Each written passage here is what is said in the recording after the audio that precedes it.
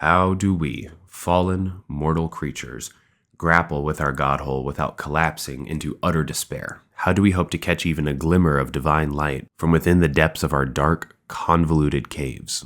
How do we tell a perfect story of the man who climbed the mountain without describing the exact mineral composition of the boulder to which he clung, the number of lignin molecules and other sundry volatiles which he oxidized from within the oak log to draw from his bones the night's chill?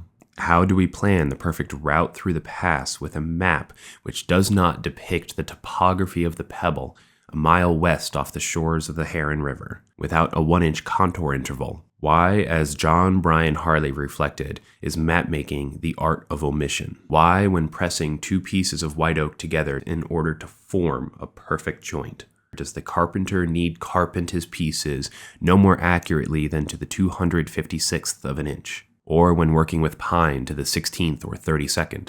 Why does the word truth, when scribbled by a madman or scribed by a monk, perfectly refer to the same absolute? I hope you find all these answers obvious.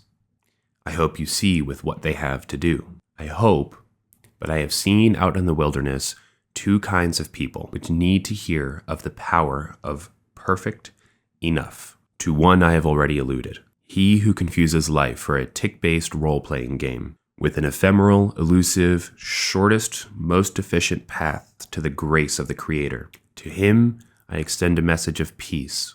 Be at ease. If you are Catholic, confess. If you are Christian, repent. If you are a non-believer, do your best. The earnest hunt, even a secular one, for all of a clean conscience, self-awareness, and an understanding of existence will lead you to Christ anyway.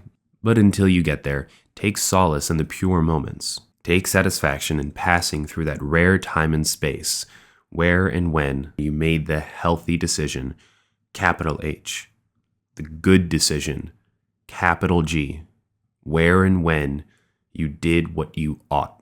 Keep their memory and their meaning close, long into your brumal years, unless you are the rare monastic soul who has immolated the chaos until he has shorn from his life all but the most necessary elements, eliminated from his world all temptation and vice, devoted himself to his devotion, the merits of which merit some skepticism, but that is another conversation. Unless you are him, you will fall.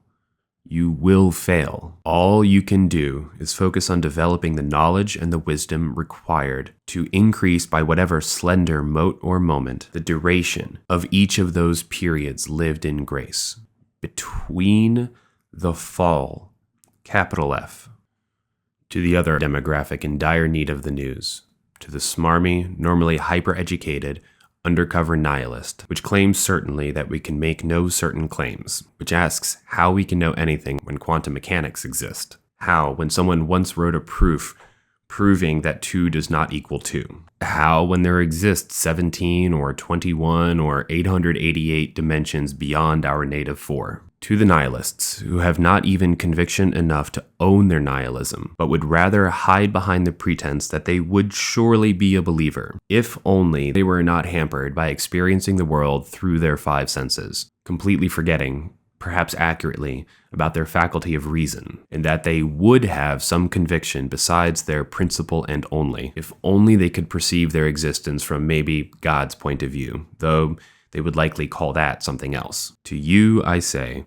you are not gods, for whom it is routine to converse in such terms. To you, I say, in searching for the crimson ornament, fallen upon the crimson carpet, you need only lay your head upon the ground. It need not be absolute, nor even very vigorous at that. Your retina need not split the horizon. You simply need to know how to look, to try to look, to want to look.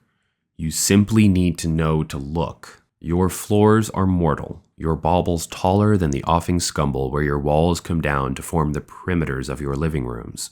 Wield your reason to reorient the dimensions of your space, and in doing so, cast your quarry into stark relief with the little skyline. Do not run and hide from your mission, because there might exist a quantum carpet interwoven with your own. We will cross that drawbridge when we become quantum creatures. We will wrestle the infinite skyline when we achieve immortality. And what's most important, The defining of your boundaries does not disallow you to glimpse the divine. You will see it is from the quest itself that you gain your wisdom. The mystery is not contained within the tchotchke lost in the carpet. It was the horizon. It was that the horizon exists.